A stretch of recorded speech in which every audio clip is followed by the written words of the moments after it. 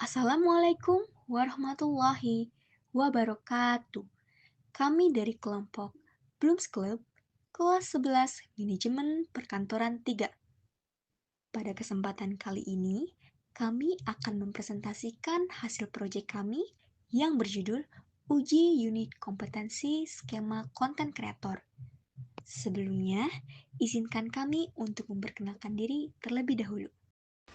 Perkenalkan, nama saya Artelia Firjatullah. Saya sebagai manajer program yang mempunyai tugas untuk menyusun jadwal kegiatan, membagi peran dan tanggung jawab anggota, serta memastikan setiap tahap pekerjaan dilakukan dengan tepat waktu. Perkenalkan, saya Kaila Yasminul Hakim, bertugas sebagai staf penjualan. Staf penjualan berperan dalam meningkatkan pendapatan perusahaan dengan mempromosikan dan menjual produk kepada calon konsumen. Staf penjualan seringkali bekerja di departemen penjualan atau tim pemasaran perusahaan, menjual produk atau layanan, dan menjaga hubungan baik dengan pelanggan. Nama saya Kaila Fitri Ramadhani dari kelompok Blooms Club kelas 11 Manajemen Perkantoran 3. Pada kelompok Blooms Club, saya menjabat sebagai Content Research. Content Research adalah proses pengumpulan dan analisis informasi terkait topik tertentu sebelum membuat konten. Jadi, sebelum membuat konten, riset dahulu informasi soal topik, cari inspirasi dari konten yang sudah ada, dan pahami apa yang audiens inginkan. Perkenalkan, nama saya Luna Listi Ekamatirani. Jabatan saya menjadi host live.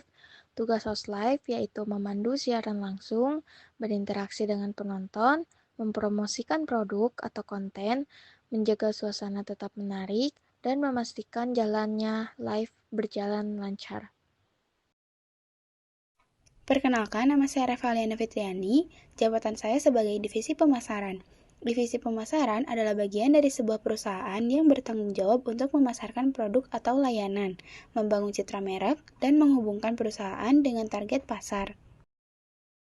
Perkenalkan, nama saya Suci Rahayu sebagai kameramen dan editing konten. Di sini, saya bertanggung jawab dalam proses pengambilan gambar hingga penyuntingan video agar menghasilkan konten yang menarik dan sesuai dengan konsep tim. Saya mengatur pencahayaan serta memastikan kualitas visual yang baik saat pengambilan gambar. Setelah itu, saya melakukan proses editing menggunakan aplikasi seperti CapCut untuk menambahkan efek, musik, serta transisi agar konten lebih dinamis dan menarik perhatian audiens. Hasil akhir selalu disesuaikan dengan gaya brand dan tren media sosial yang sedang berkembang. Filosofi Blooms Club. Logo Blooms Club adalah simbol dari komunitas kreatif yang terus berkembang seperti bunga yang mekar, menyatukan keindahan rasa, gaya, dan penampilan. Melalui semangat kebersamaan dan kreativitas, Blooms Club mengajak semua anggotanya untuk bersinar, berani mengekspresikan diri, dan tumbuh menjadi pribadi yang inspiratif. Tagline Bloom Your Taste, Style, and Confidence menggambarkan ajakan bagi audiens untuk tumbuh dan mekar dalam selera, gaya, serta kepercayaan diri. Tagline ini menegaskan bahwa Blooms Club tidak hanya menjual produk, tetapi juga mengajak setiap orang untuk menjadi versi terbaik dirinya melalui rasa, gaya, dan keyakinan diri. Akun media sosial Instagram Blooms Club ID. Di Instagram, kami memiliki sekitar 23 followers. Platform ini tidak menjadi fokus utama kami karena fungsinya lebih diarahkan untuk menampilkan behind the scene, seperti proses pembuatan konten, persiapan produk, dan aktivitas tim di balik layar. Tujuannya adalah memberikan kesan yang lebih personal dan dekat dengan audiens. TikTok Blooms Club ID. Di TikTok, kami memiliki sekitar 643 followers.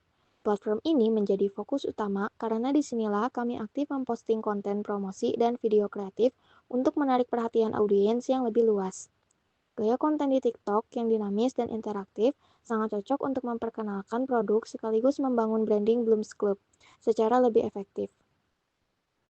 Selanjutnya, produk. Untuk produk, Blooms Club menampilkan dua kategori, yaitu yang pertama ada fashion yang berupa baju, dan yang kedua ada makanan berupa jajanan cilung urip. Meskipun konten makanan memiliki jumlah penonton yang lebih banyak, fokus utama diarahkan ke produk fashion. Hal ini karena pada produk makanan, kelompok kami sempat mengalami beberapa kendala seperti sistem affiliate yang belum berjalan lancar, serta kesulitan dalam menjaga kualitas dan ketahanan produk saat pengiriman.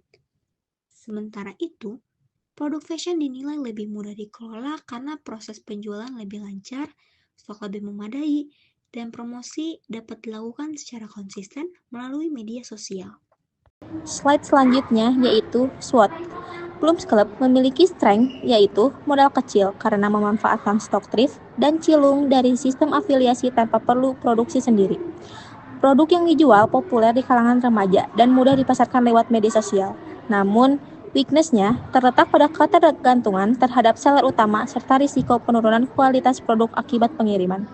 Dan opportunities-nya ada pada perluasan pasar melalui sistem afiliasi, penjualan online, dan partisipasi dalam event bazar. Sementara, threat datang dari banyaknya pesaing, perubahan tren fashion, serta kemungkinannya turunnya kualitas produk saat penyimpanan atau pengiriman.